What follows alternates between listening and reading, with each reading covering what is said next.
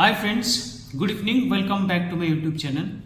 Friend, आज हम लोग बात करेंगे कि एंटी हाइपरटेंसिव ड्रग्स जो होता है, यानी कि बीपी कंट्रोल करने का जो दवाई होता है, वो जब आप लेते हैं तो आपको क्या क्या ध्यान में रखना चाहिए, उसका बारे में छोटा सा आपको मैं बताने जा रहा हूँ।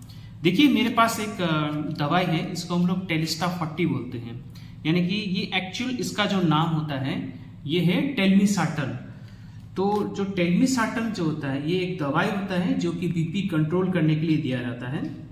और मार्केट में टेलमिसाटल का जो दवाई टेलिस्टा 40 या फिर टेल्मा 40 के नाम पे उपलब्ध है। तो जब भी आप शुरुआत में जब भी आप ब्लड प्रेशर का दवाई शुरू करते हैं, या फिर डॉक्टर अगर ब्लड प्रेशर का दवाई आपका अगर चेंज कर दिया जाता है या फिर डोज को बढ़ा दिया जाता है, तो आपको हो सकता है आपको चक्कर आ सकता है, या फिर आप जब खड़े रहते हैं या फिर बैठने के बाद जब खड़े होते हैं तो आपको चक्कर आ सकता है, आपका मुंह सूखा पड़ सकता है और हाथ पांव ठंडा हो सकता है।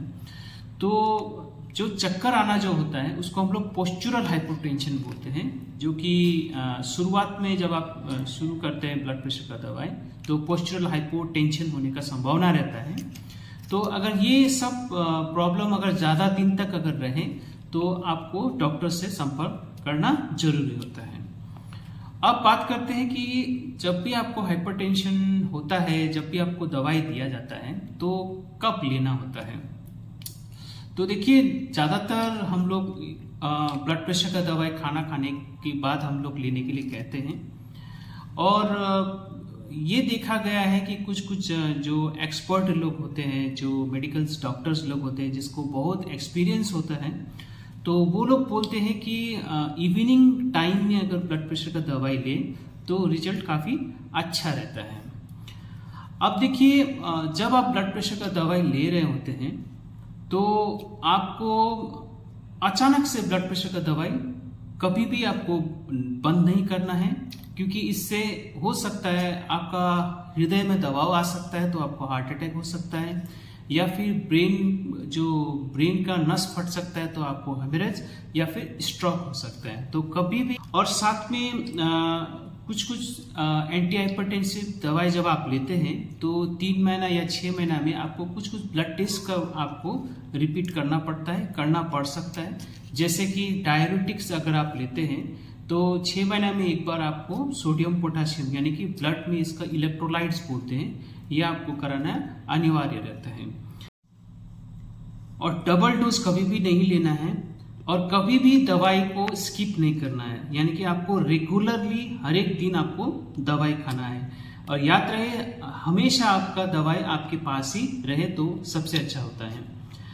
अब देखिए, मेरे पास एक ये टेलिस्टा है, तो इसके पीछे कुछ फिगर्स दिया गया है। देखिए, इसको यहाँ पे दिया हुआ है, यानी कि टाइम पे सोना, पर्याप्त नींद लेना, उसके बाद फिर एक्सरसाइज करने के लिए बोलते हैं, नमक कम लेने के लिए बोलते हैं, और फिर आपको तंबाकू का सेवन कम करना, स्मोकिंग को बंद करना, या फिर अल्कोहल को नहीं लेने, अल्कोहल का सेवन को बंद कर देना।